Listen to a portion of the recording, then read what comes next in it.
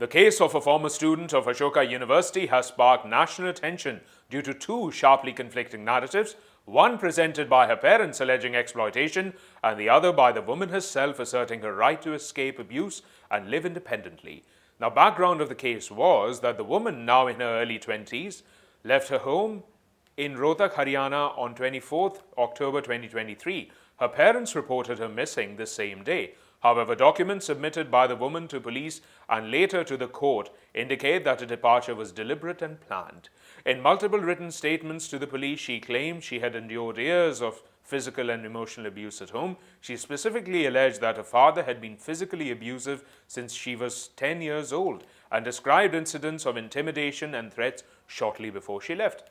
Now, to avoid being traced or forced to return, she informed authorities in advance, submitted written declarations, and requested that her location remain confidential. She also recorded a formal statement before the magistrate under criminal procedure law, affirming that she left of her own free will. The parents' allegations are these.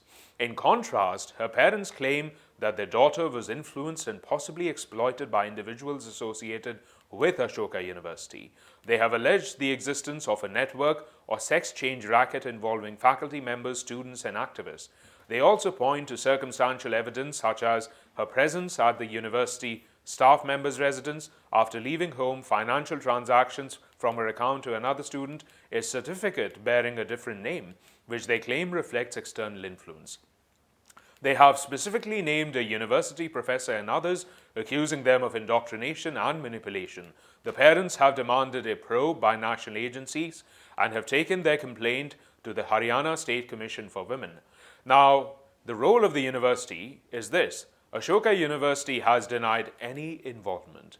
The institution clarified that the woman ceased to be a student in May 2023, months before she left home, and stated that neither faculty nor staff had any connection to her disappearance. Legal developments are such that the case reached the Delhi High Court, where the woman appeared in person. The court confirmed that she is an adult and has the legal right to choose where and how she lives. Now, in the orders, the court acknowledged her wish to live independently. The wish to live independently was acknowledged by the court. It recorded that she did not want contact with her family. It granted her police protection to ensure her safety as well. Now, these rulings reinforce the legal principle that an adult's autonomy cannot be overridden even by family members. Now comes in the picture of the Women's Commission's intervention. The Haryana State Commission for Women has taken up the matter following her parents' complaint. Its chairperson, Renu Bhatia, has called the case sensitive and recommended a probe by the Central Bureau of Investigation, or the CBI. The Commission has raised concerns about the lack of clarity regarding the woman's current location, the sudden appearance of a lawyer claiming to represent her, broader questions about possible patterns involving other students. The key issue is missing person or an independent adult. Now, at the heart of the case lies a fundamental question. Is this a case of a missing person or of an adult exercising her right to leave home?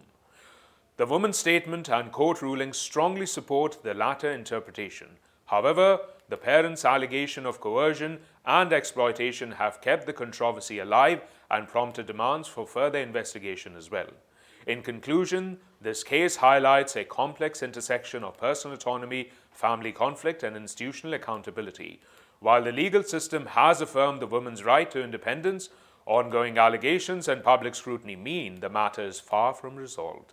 Ultimately, the case raises broader societal questions about individual freedom, parental authority, and how institutions respond to deeply contested personal disputes.